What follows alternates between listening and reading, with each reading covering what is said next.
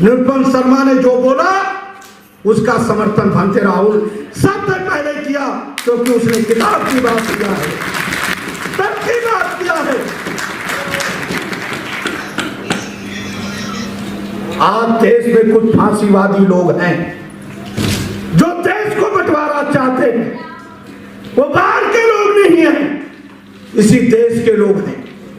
उनको हमें पहचानना है, उनको सबक सिखाना है। ये काम हम लोग मिलके करना चाहिए। इस देश को मैं बता देना चाहता हूं, मोहम्मद गजनवी ने और मोहम्मद गौरी ने मंदिरों को तुड़वा करके मस्जिद बनवाया। कन्हैया की हत्या हुई, अमरावती में हत्या हुई। कहां गए हो मौलाना, कहां गए हो मुल्ले जो अपने आप को फतवा जारी करते हैं? उनको आना चाहिए। आपने ज्यादा हुड़दंग करने की कोशिश किया तो आपका भी वही दशा होगा जो कन्हैया का हुआ है, ये ध्यान रखिएगा।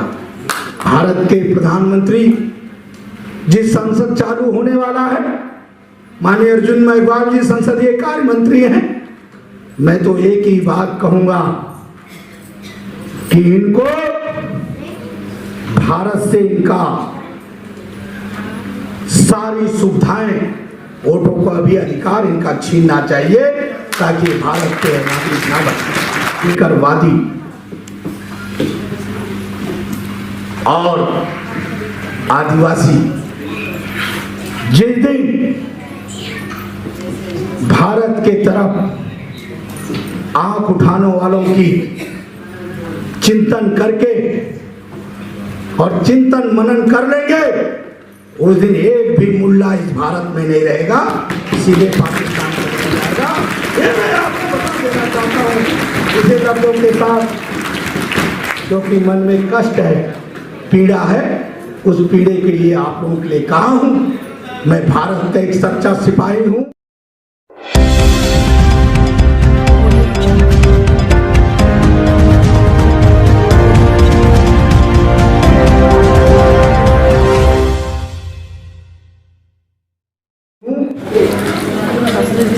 करुणा के सागर तथागत बुद्ध जी,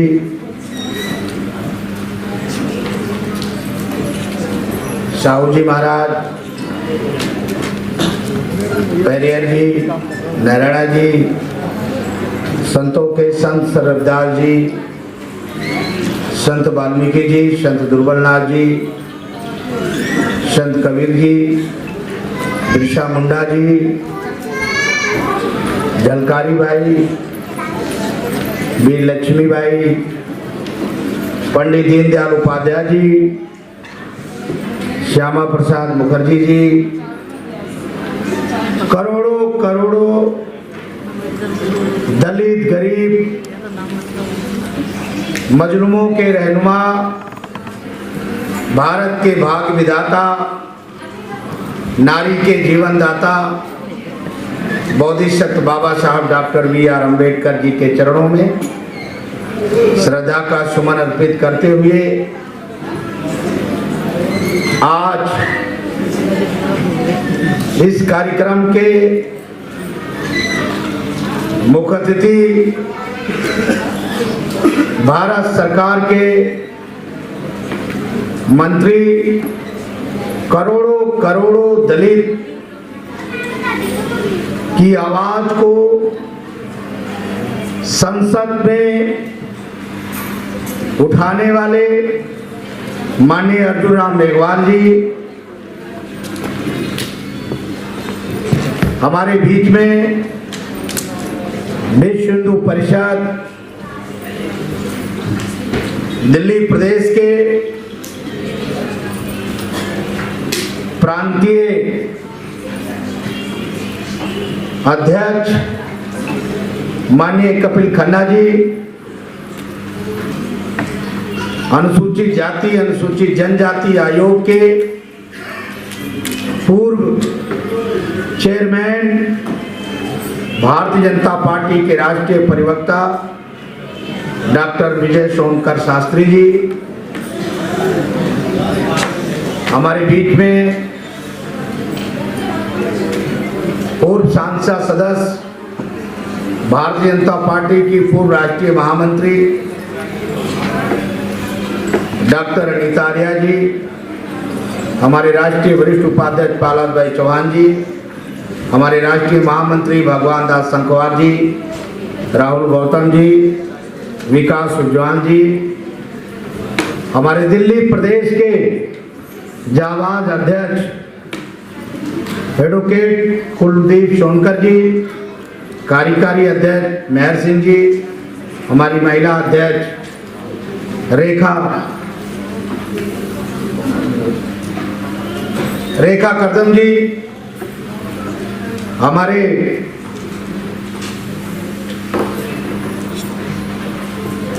संगठन महामंत्री पूनम प्रधान जी, सभी प्रदेश के उपाध्यक्ष, महामंत्री, जिलाध्यक्ष एवं मेरी महिला शक्ति बहनें, साथियों, मुझसे पूर्व वक्ता माननीय कपिल खन्ना साहब ने डॉक्टर श्यामा प्रसाद मुखर्जी जी के बारे में बहुत अच्छा और विस्तार के रूप में बताया है।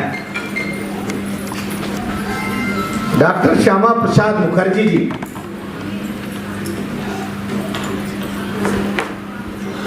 जिनका जन्मदिन आज पूरे देश में कोने कोने पर मनाया जा रहा है और भारतीय बौद्ध संघ भी हर साल, चाहे हमारी सरकार रही या हमारी सरकार नहीं रही, उससे पहले से भारतीय बौद्ध संघ डॉक्टर श्यामा प्रसाद मुखर्जी जी का, पंडित दीनदयाल उपाध्याय जी का और डॉक्टर अटल बिहारी वाजपेयी जी का जन्मदिन मनाता है।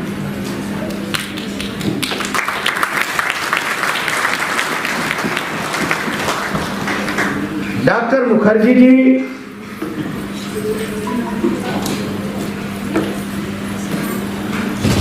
बहुत सारे लोग बताते हैं कि मुखर्जी जी जम्मू कश्मीर में बलिदान हो गए, लेकिन बलिदान नहीं हुए, उनकी हत्या कराई गई, जो आज भी ये नहीं पता लगाया गया कि कौन हत्या कराया। लेकिन स्पष्ट रूप से आपको जानना चाहिए कि कौन से वो ताकतें थी जिन्होंने मुखर्जी जी की आवाज को रोकने की कोशिश किया और उनकी हत्या कराई।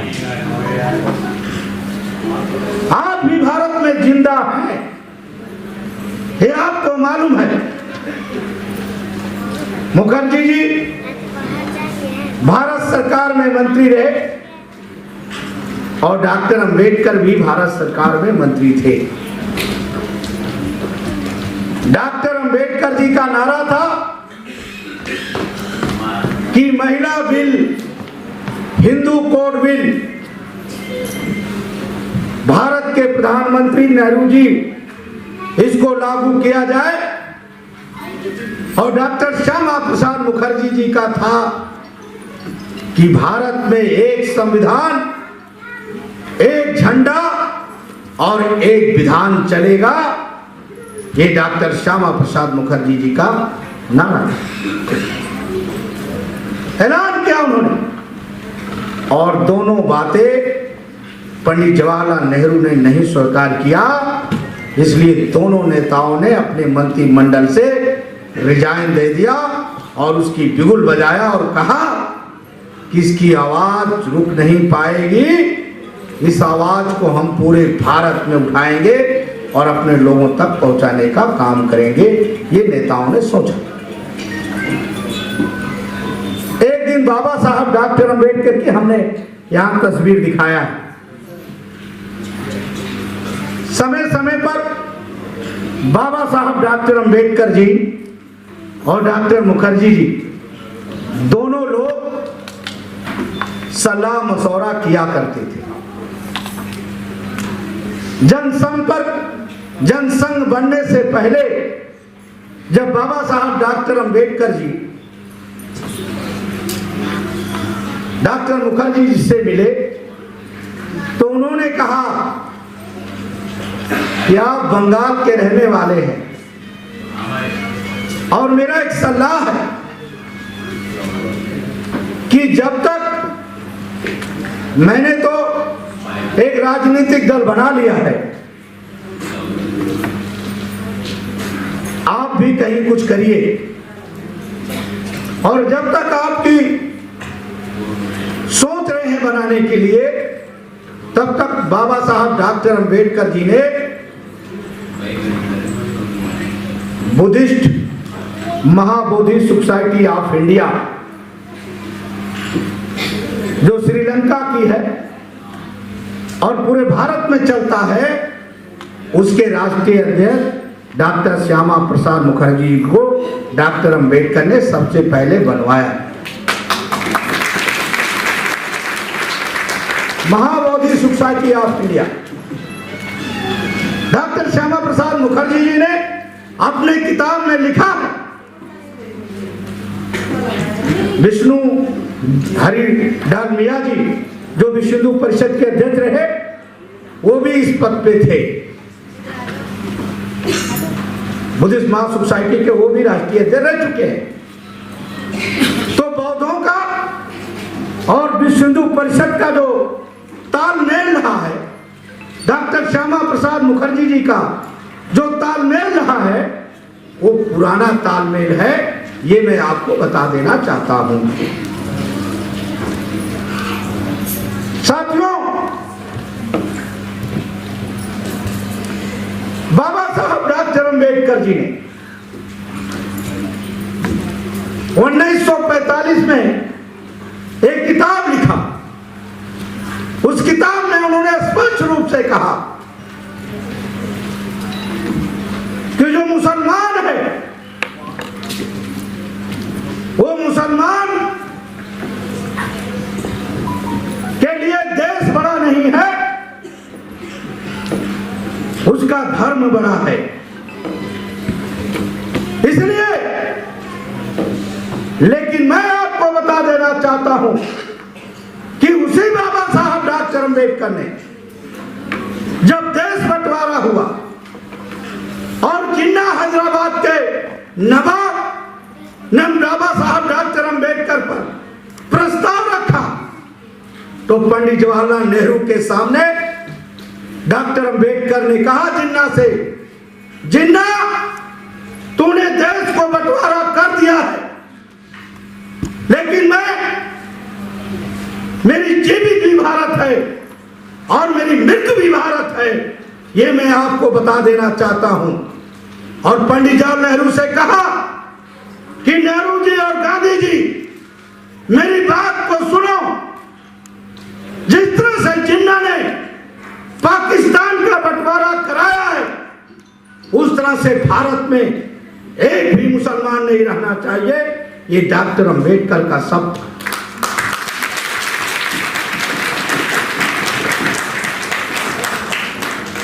साथियों, अगर डॉक्टर श्यामा प्रसाद मुखर्जी और बाबा साहब डॉक्टर अंबेडकर की बात मानी जाती तो आज कन्हैया के उदयपुर में सरेआम हत्या नहीं होता। ये दुख की बात है, क्योंकि मुसलमान मेरे देश में रहता है, हमने राष्ट्रपति बनाया, उस सचिवालय पे भेजा, गवर्नर बनाया, सांसद बनाया, भारत ने उनको सम्मान दिया, लेकिन जहां धर्म की बात आती है वो भारत की बात नहीं करता, अपने धर्म की बात करता है। ये सोचना चाहिए, यह चिंतन करने की जरूरत है। मैं पूरे देश में घूमता हूं और कहता हूं, मुझे माफ करिएगा, निरुपम शर्मा ने जो बोला उसका समर्थन भंते राहुल सबसे पहले किया, क्योंकि उसने किताब की बात किया है, तब की बात किया है। आज देश में कुछ फांसीवादी लोग हैं जो देश को बंटवारा चाहते हैं। वो बाहर के लोग नहीं हैं, इसी देश के लोग हैं। उनको हमें पहचानना है, उनको सबक सिखाना है। ये काम हम लोग मिलके करना चाहिए। इस देश को मैं बता देना चाहता हूं, मोहम्मद गजनवी ने और मोहम्मद गौरी ने मंदिरों को तुड़वा करके मस्जिद बनवाया, लेकिन जब मोदी जी की गवर्नमेंट आई भारत में 2014 में जम्मू कश्मीर में सबसे ज्यादा बाढ़ आया, वहां के लोग डूब रहे थे, खाने की परेशानियां थी, लेकिन देश के प्रधानमंत्री ने ऐलान किया कि जम्मू को मुझे बचाना है और जम्मू के लोगों को बचाना है। ये नजरिया हमारे देश के प्रधानमंत्री और आपके पूर्वजों की क्या है, ये सोचना चाहिए। कन्हैया की हत्या हुई, अमरावती में हत्या हुई, कहां गए वो मौलाना, कहां गए वो मुल्ले जो अपने आप को फतवा जारी करते हैं? उनको आना चाहिए और कहना चाहिए कि हम भारत के साथ खड़े हैं और जो भारत में हो रहा है वो गलत है, लेकिन सोच इतनी गलत है इन लोगों की जिनका हिसाब किताब हम लोगों को देखना चाहिए। हमारा आदमी बुद्ध को पूजता है भारत में, गुरु नानक को पूजता है, लेकिन राम को भी पूजता है। यह ध्यान रखिएगा, अगर आपने ज्यादा हुड़दंग करने की कोशिश किया तो आपका भी वही दशा होगा जो कन्हैया का हुआ है, ये ध्यान रखिएगा।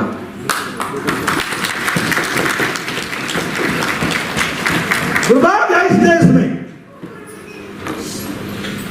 मैं दुर्भाग्य है राजस्थान के मुख्यमंत्री को कि अजमेर में बैठ करके उसका एक हादी इस तरह से बयान दिया जा रहा है। कहां गया महिलाओं की सम्मान, कहां गया उस बहनों की सम्मान? आज निर्गुण शर्मा भी तो एक महिला है और उस महिला के सर काटने का ऐलान किया जा रहा है, उसको नंगा घुमाने की ऐलान किया जा रहा है। ये देश की दुर्भाग्य है, इसको हमें बदलना पड़ेगा, सोचना पड़ेगा। और इनकी भारत के प्रधानमंत्री जिस संसद चालू होने वाला है, माननीय अर्जुन मेघवाल जी संसदीय कार्य मंत्री हैं, मैं तो एक ही बात कहूंगा कि इनको भारत से इनका सारी सुविधाएं, वोटों का भी अधिकार इनका छीनना चाहिए ताकि भारत के नागरिक ना बने। खन्ना साहब बोल रहे थे, मैं 2 मिनट और बोलूंगा। कपिल खन्ना साहब बोल रहे थे कि जब पाकिस्तान बटा, हमारे हिंदुओं की संख्या और हमारे बौद्धों की संख्या बंगाल में 33% था, 33% था। आज बंगाल में बौद्धों की संख्या मात्र 3%। वो लोग भगाए नहीं गए, उनको जबरन मुसलमान बनाया गया। पाकिस्तान में आज भी हिंदू बेटी हो, 10 साल 11 साल बेटियों को, जो हिंदू बेटी हो बौद्ध बेटी हो, उसको जबरन शादी करा के और मुसलमान बनाया जा रहा है। कहां है नारियों का सम्मान? ये हमें देखना है। और मैं आपको बताना चाहता हूं कि अम्बेडकर वादी और आदिवासी जिस दिन भारत के तरफ आंख उठाने वालों की चिंतन करके और चिंतन मनन कर लेंगे, उस दिन एक भी मुल्ला इस भारत में नहीं रहेगा, सीधे पाकिस्तान को चला जाएगा। ये मैं आपको बता देना चाहता हूँ इसे शब्दों के साथ, क्योंकि मन में कष्ट है, पीड़ा है, उस पीड़े के लिए आप लोगों के लिए कहा हूँ। मैं भारत का एक सच्चा सिपाही हूँ। मैं बौद्ध धर्म पहले, बाद में मेरा भारत पहले है, धर्मवाद में भारत पहले है, इसलिए भारत के ऊपर हाथ उठाने वालों को बख्शा ना जाए, ये मैं देश के प्रधानमंत्री से गुहार करूंगा। इसी लफ्जों के साथ अपनी बात को समाप्त करता हूं। जय भीम।